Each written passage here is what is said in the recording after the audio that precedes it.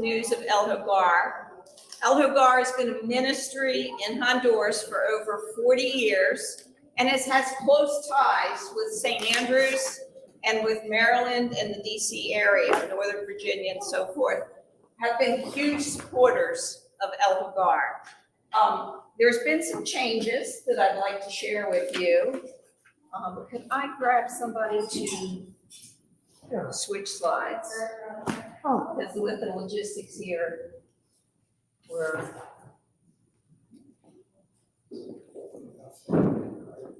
use this and go up to the top and this one. Yeah. If you want to use this. Okay. We're fighting technology for a second, and we'll be starting.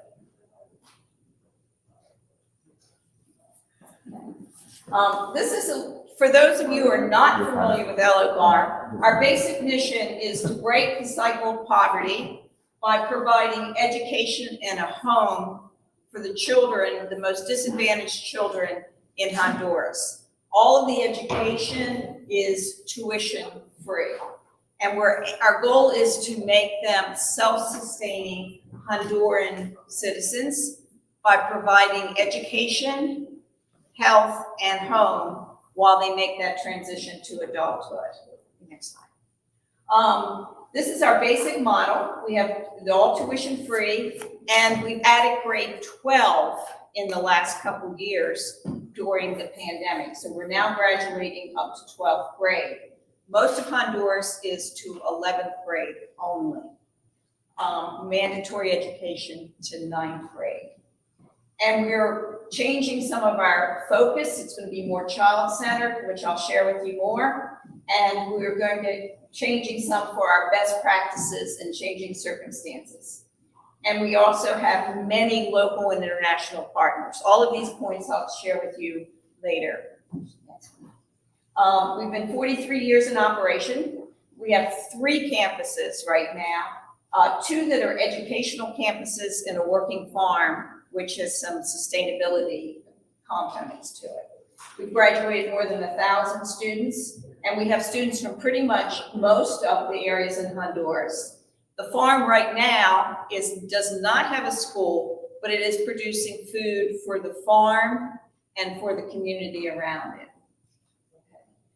Basically, you can see from this map where Tegucigalpa is, which is the capital, which is the center of one of the schools, and the other school, Ameriteca, is only about 45 minutes from Tegus. Why are we working in Honduras? Of course, it is the second most poorest country in that Caribbean area in Central America. It has great inequality between the upper echelons and the lower echelons. If you look on the World Bank website, 50% of Honduran population lives on less than $5.50 a day, and 20% of that group 20% of the whole group lives on less than $1.50 a day per person.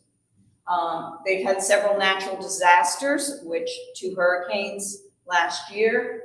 It is politically unstable, corrupt in its institutions, so that there's a lot of challenges there.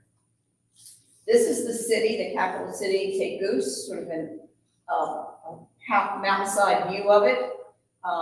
It's surrounded by mountains, and it's a fairly large city with huge differences in the inequity there. So El Hogar, just to summarize, IA is the lower school, grades 1 to 6. It has alternative care, and it also has day students. The day students mostly come from Betania, which is a riverside community that floods frequently during the hurricanes. I think 35 students there lost their homes. So that it's just pallet houses, basically. ITSM is the Instituto Técnico Santa Maria, and it has grades 7 to 12. It is a boarding school and a technical school. And then there's the farm, 272 acres with the dairy and the entrepreneurial programs. The entrepreneurial programs are being added on, the dairy is being expanded. This is the entrance of the lower school as you come in the door. Keep going. And this is some of the children right now. Now, to focus on some of the changes that are going to occur. Residential care. Originally, years ago, we were primarily a residential school. Since then, it's focused to both residential and to boarding. So residential meaning that they're in the neighborhood and then boarding with us. If they have a place to go, kids are better at home. So we're pulling in more day students than we used to. Then there are the students that have nowhere to go. So for those that have nowhere to go, we now have more spaces open, right? Because the buildings don't have as many people in it. That means that we're able to refocus entirely the way we're going to interact with these students. We're going to try to give them a home away from home. And what that means is that the dorms are being remodeled into sort of family units. So if I'm a foster parent and I live there, I have 6 or 8 kids under my care. And I might be married and my spouse goes out to work, but I'm in charge of the kids. So when there's a problem at school, it's not like, who do we talk to? Each kid has a parent. So this is a process that we're working on now. It's not complete. It's still being envisioned. It's still being worked through. But that is what's going to happen, if you're wondering, what's going to happen to all that dormitory space. There will also be a division. So when I walk across the fence line, I'm home. I have to go to school so that it will feel more like home and school for these kids to help them realize what a family unit is. How do you know if you've never had one? So this is one of the transitions. Go ahead to the next one. What our successes were, we did get pads so that all the kids could learn remotely. The first graders did learn to read, which was a huge goal to keep them on track. All the parents, the teachers, and the students are vaccinated. And what happens when you all of a sudden don't have all these kids on campus? Well, every school and every business thought, how can we possibly improve during this time period? The speed bump in the road of the pandemic also allowed new opportunities. So if you were at campus and you remember some of the physical cracks in the walls, the bathrooms that weren't quite right, all those kinds of things, they've been repaired. So that kind of work could happen when there weren't students on campus. Now, part of this residential life change that I've told you is we're also looking at how do you make these kids more like a normal family? How do you have, say, a vacation with the family? How do you have clubs? How do you have after-school activities? How do you say, oh, I'm in school for soccer, but then I'm going home? So this is kind of things that we're envisioning now to make these kids have a softer landing when they graduate. They already know what a family situation is. We'll work with them on life skills as they get older, like how do you balance a checkbook? How do you find housing when you go to the university? Things like that. So the residential life component is becoming stronger. Mm-hmm. Okay, this is the Institute Technical. It has workshops where the children can learn, this is 7th to 12th grade, can learn carpentry, welding, and the electrical component, 3 trades. But we used to only, years ago, stop at 9th grade. Now we're up to 12th grade. So there's more of an academic component to it. We used to have girls isolated in another campus that went to private schools in the area, and now they're integrated into the Institute. So that adds another component to it. So we're expanding and looking at now in what I call the shakedown to look at how we serve the girls better and how we broaden the possibility for everybody, because Honduras, like the rest of the world, more education is needed to succeed. So we're looking at adding things that are more technical, maybe computers, maybe CAD, maybe, we're just not sure yet. But this is where we're heading in order to make sure that each person that graduates is either university ready or trade ready, depending on their particular talents and passions. Keep going. Okay, this is just an overview of what's happening now within the school. Keep going. And this is some of the things we need to celebrate. That in 2020, we graduated our first 12th grade class. So that these students, and that's like a year extra in Honduras compared with normal. So that gives them a heads up. The students are now returning to campus as people are vaccinated, and have a plan and prepared for them. And then we're changing the curriculum along with the residential life also, because as we include the girls in the curriculum, we have to change the residential life, and we also have to provide that same support, family type support, meaning that they need to know how to survive when they get out of school. It's a huge, even in the US, we have huge transition problems when people are first generation university students. It takes a little bit of work for them to feel at home and included and have the skills. Here it's even harder. So we're providing those kinds of skills also, as well as more outside activities so that they can be part of the community and have more after-school activities. And some of these are implemented in a small scale and are going to be expanded. Some we're still working on, but this is the direction that Hogar is heading. This is a view of the farm. It takes maybe an hour or so outside of Tegus, depending on the traffic. And it's Talanga. Keep going. Right now, they're producing milk, and then this is Yanni harvesting the sorghum crop there. The milk is used rather locally right now. There is potential to can it, as in, if you've ever done tres leche cake or flan, you know that there's a lot of canned milk involved. So there's a lot of recipes in Central America that require canned milk. A lot of people use canned milk more than we use here because of refrigeration. So there is potential to expand something like that into canned milk versus fresh milk because of the input it takes to do fresh milk on dairies. Okay, next one. So right now it's growing crops for the school and the community, but we're also looking at it as an entrepreneurial center, and it is being used now for sites for students' visits. And Matt Ingleby, who worked as the director there for 10 years, when he left, one of our fundraisers was to establish some greenhouses there that will be used on what I call a lower end entrepreneurial program, where students can raise plants to grow, to sell, and so they're under construction at this point. So that's sort of where we are heading in Talanga.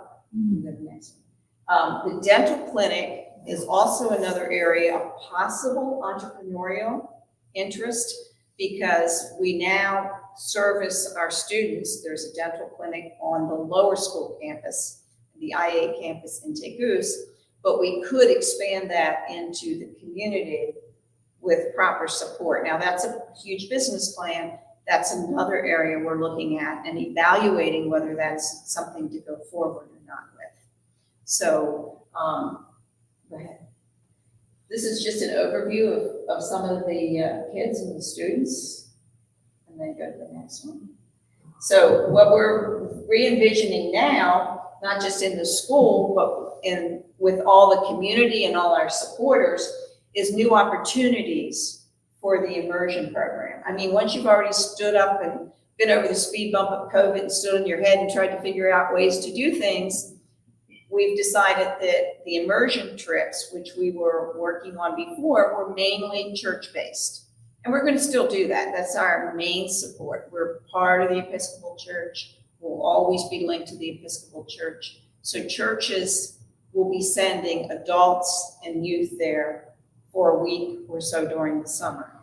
But I'm also envisioning with El Hogar that we have groups maybe from around the country. Let's say you're a musician and you can log on to the El Hogar website, and we're going to hold a trip to Honduras for musicians, that maybe you'll get exposed to what's happening in El Hogar, but maybe got photo music or some other issue that may excite you. So those people would be gathered from around the country.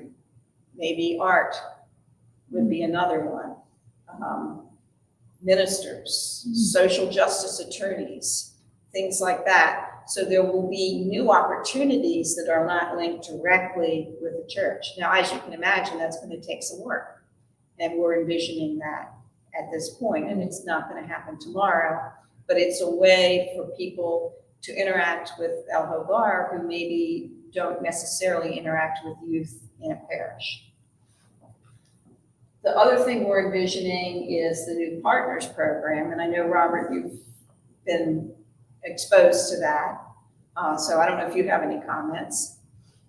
I don't have too much feedback there. Okay, well, they're setting it up now in terms of the logistics, but this way you'll be able to support, if you do not want to support directly a child, you'll be able to support an initiative, so to speak, like supporting first grade. So all of first grade sends you what they're doing and interacts with you on first grade, maybe second, maybe it's a technical program that you want to support. So it's more a program base where you can partner and feed into and learn about these particular opportunities. One of the other ones is residential life. As you can imagine, all these changes we're talking about to make the children more resilient and have more agency are expensive. So maybe you want to support the residential life for children. So this is another opportunity. More coming on that.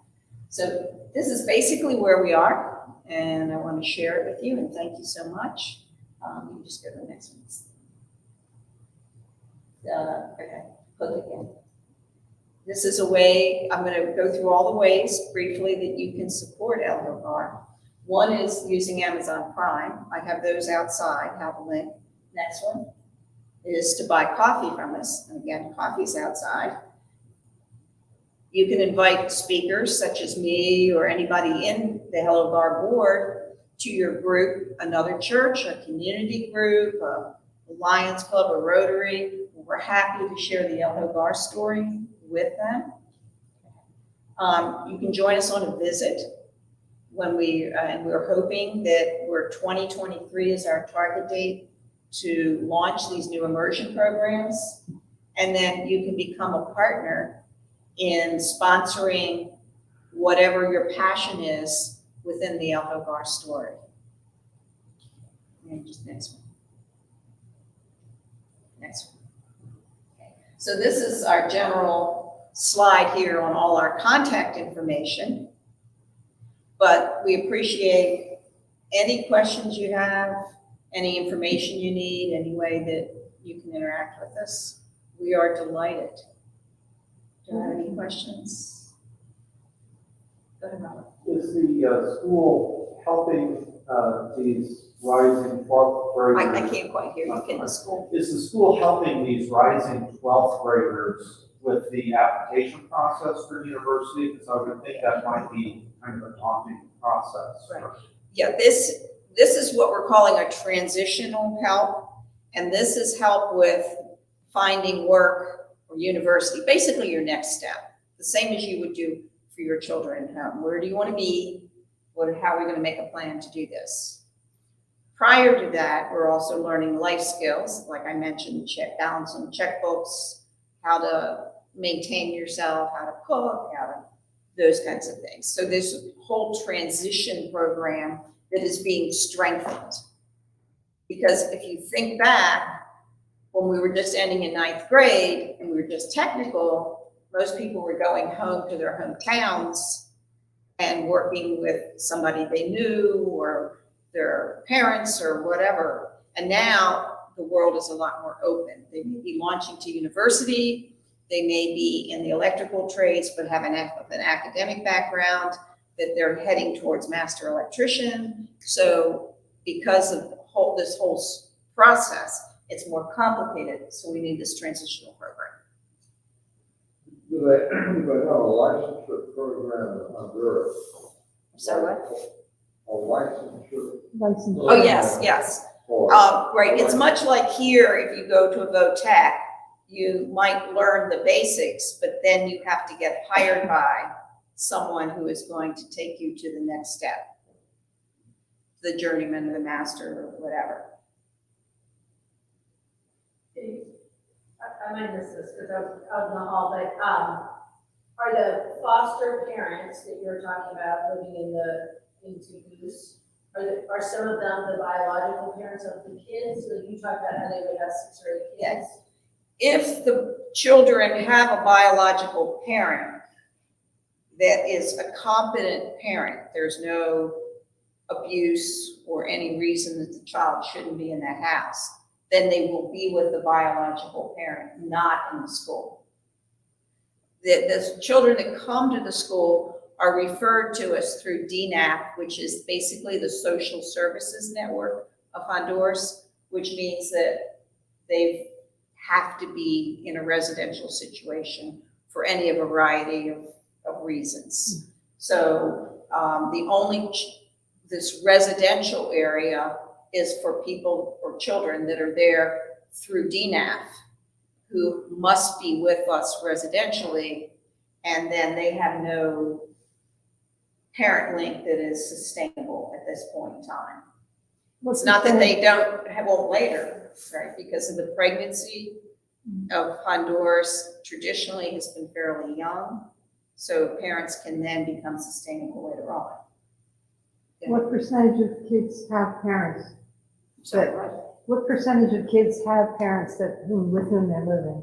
well, right now and it will change. I mean, and it changes all the time, as in the social service situation where children come in and then they are able to maybe have an uncle or someone care for them or an aunt.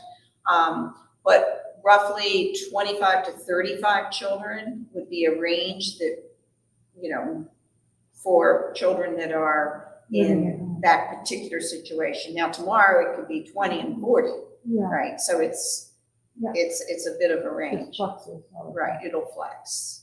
I have a question from online, from Lindsay. It says, I visited Hogar on a mission trip in 2005 and learned a great deal. I've read since then that best practices for school-based trips have changed. How do you make mission trips helpful rather than harmful for the students at Hogar? All right, that's a very good question, Lindsay. What we call that is toxic field trips. If you go to Honduras, or parents send your children to Honduras with the idea that you are going to change the world, the best thing you can do is send a check.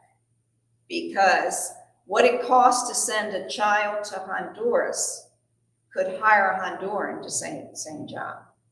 So what you're sending your child or yourself to Honduras for is to partner, to share, to learn, them from you, but you from them, so that your child can develop, and you can develop empathy and agency and compassion and understanding.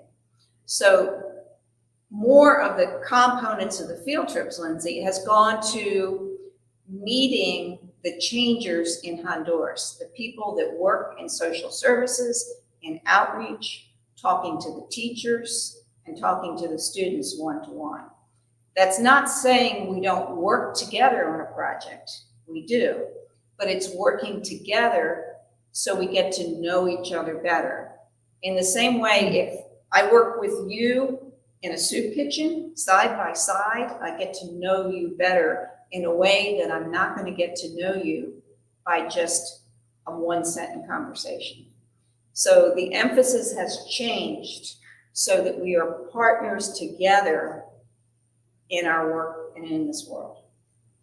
Any other questions? Yeah. Okay, thank you very much for that one. It was a good one. Right, do we have any other questions here? All right, well, anyone that's listening online, or please, if you need a speaker, just reach out to me or to El Hogar, and I'm happy to travel anywhere for speaking engagements. Thank you. Thank you, Denise. All right, Can I say one thing? go ahead. I'll come over here so I can take my mask off. I think that as we look as a congregation, and I think this would be true for people that are online with us, depending on where you are and your reason for listening in today, as a congregation, what we've learned since some of us went some years back and up until the pandemic is that this change in the style of program to immersion that Denise has really been very courageous in systemically helping to bring about. That's a lot of work. That change helps us to leave our mindset of fixing other people behind and to go on a trip where we can then go learn what God's already doing there.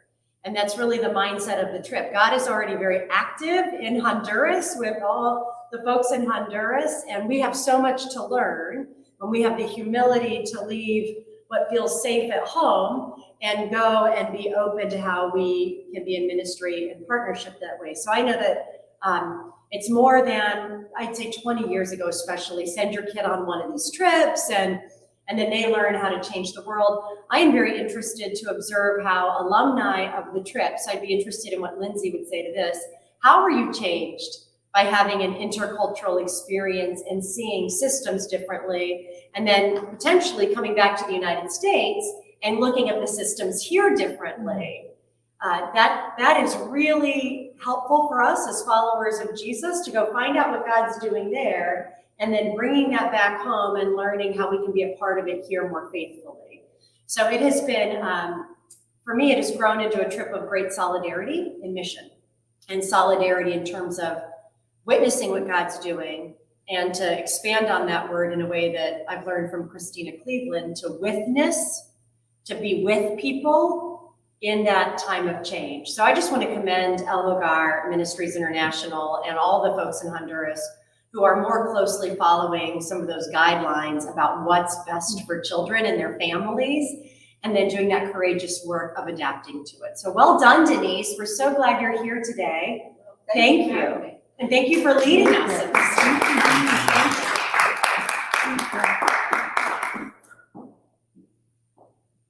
Thank you. Thank you, Denise.